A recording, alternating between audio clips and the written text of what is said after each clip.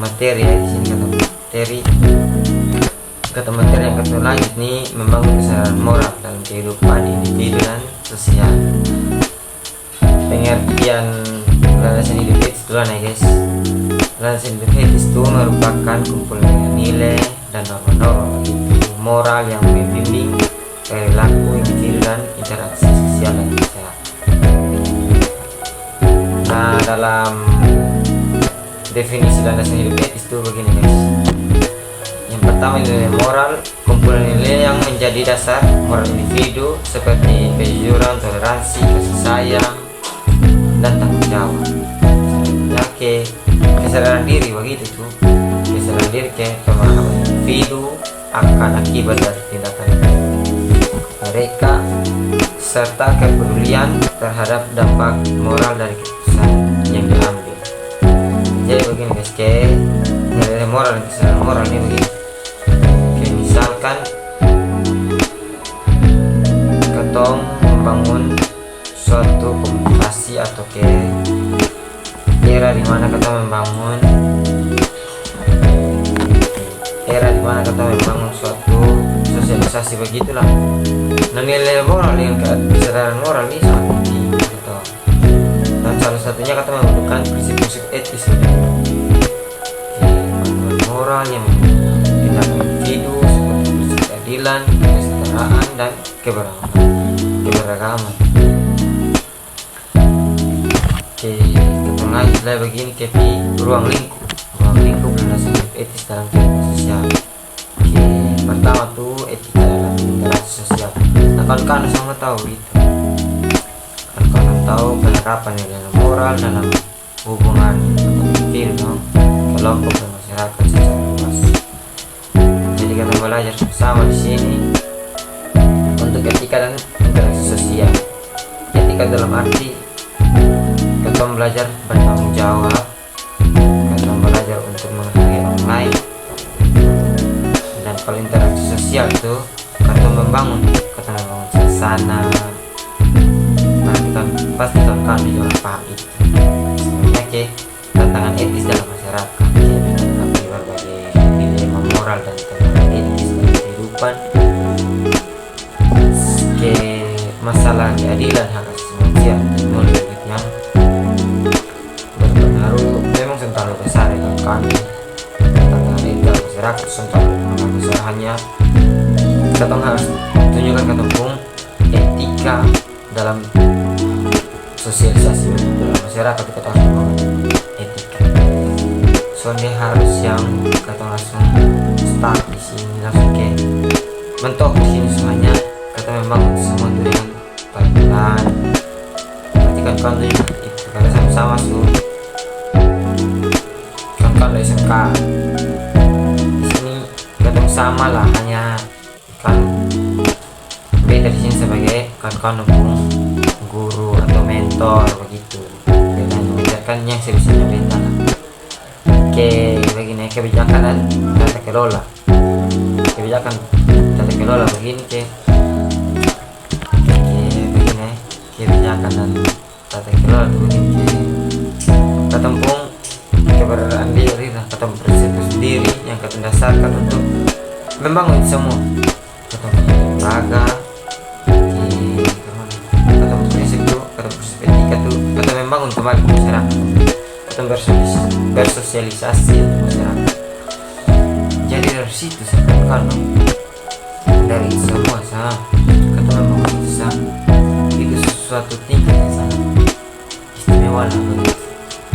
Selanjutnya kata nilai moral etika begitu, kata memahami satu sama lain, menghormati satu sama lain, mempunyai kepercayaan untuk membangun lingkungan dan menciptakan lingkungan yang harmonis dalam keluarga begitu. Jadi jangan kata berego lah, jangan mempunyai ego yang besar. Bisa kata bersosialisasi, kata membangun landasan hidup yang beretika untuk masyarakat. Jadi kami pasti akan paham itu.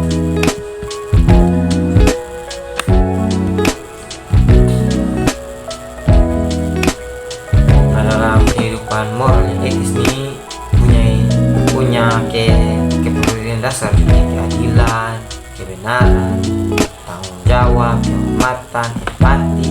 Nah, empati itu yang paling penting. Empati dalam artian begini. Empati dalam artian begini. Kita punya kemampuan untuk memahami dan merasakan perasaan sesama atau lingkungan begitu. Empati itu sangat penting dalam ketemu lingkungan begitu. Sekarang punya kasih sayang, kesetiaan, integritas, pembelajaran, kebijakan. Kan juga paham itu. Sekarang ini beta percaya kan harus paham itu semua. Kan harus paham, memahami lah itu semua. Kan harus memahami itu semua. Kan harus mengerti apalah integritas begitu, kesetiaan, kebajikan, pembelajaran, pertumbuhan. Kan ke depan tahu itu semua. Di sini bukan aja kawan-kawan, bukan kawan moral atau etika, bukan. Di sini beta hanya membagi dan beta hanya mau supaya kalian bisa mengerti apa itu moral, apa itu etika, apa itu dalam sosialisasi begitu kawan. Nah, katong dalam lingkungan sosialisasi, dalam lingkungan kehidupan masing-masing, moral itu penting, etika sekalipun kayak contoh kayak beta yang salah satu dari kawan-kawan begitu. Kawan-kawan dong, beta lebih tua dari kawan-kawan. Lebih tua dari kawan-kawan, pasti tetap beta menghargai kawan-kawan kalau kawan-kawan begitu. Contohnya kayak siapa begitu.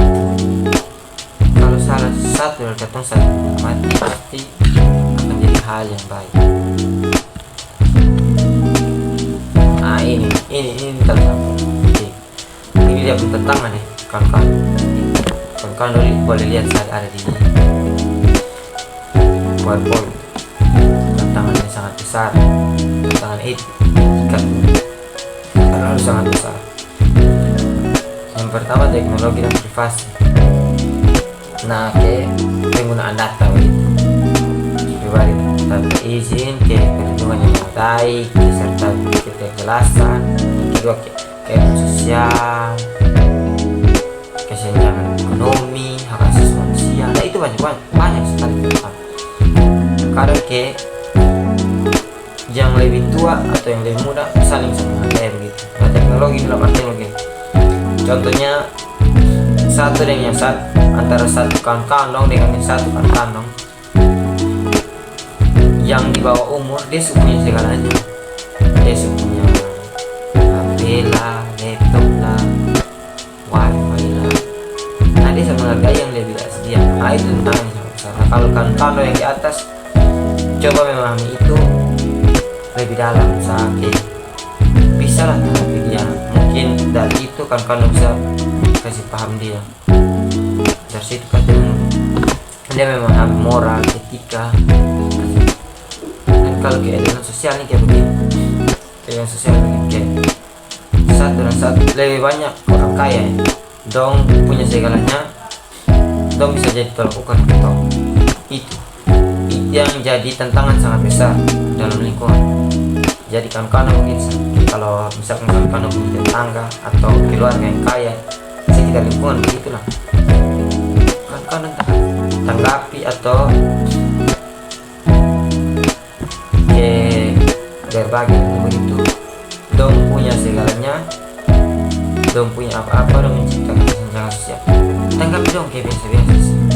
Ampun yang kuat, kawan-kawan tetap membangun moral yang baik dong. Nah, kalau hak asasi manusia ini bagian kawan-kawan, setiap orang dia punya hak asasi manusia itu. Setiap orang itu punya itu. Dia masih dalam baru saja, dia punya perlindungan.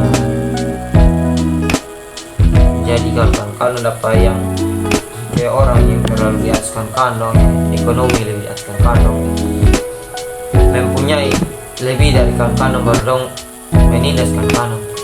kan kano bisa itu tantangan yang sangat berat kan kano sanggup menghadapi itu kan kano bisa lapor, bisa memberitahukan PJ MTero begitu, maksudnya lapor dalam artian supaya bisa menjadi rukun lah dalam itu kan. Dan ini semua dikatakan kita bisa mengambil kesimpulan kalau ini kita bisa membangun norma kehidupan kan. Kita bisa membangun norma kehidupan. Yang pertama kita punya etika yang baik. Itu yang pertama. Sekalipun kita beda umat, kita lebih kakak, kita mesti menghargai. Kita lebih adik, kita mesti lebih menghargai.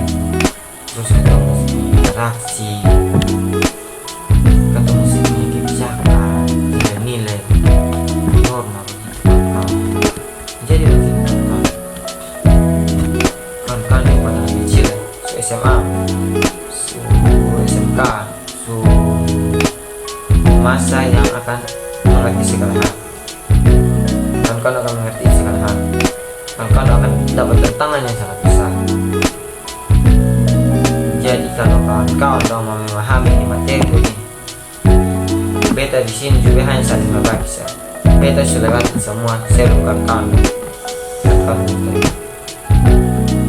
Jadi lebih mempunyai kebijakan yang bijaksana untuk masalah lingkungan sosial. Itu kawan-kawan. Mungkin ini sama materi beta ini beda pun berbagi materi untuk kawan-kawan.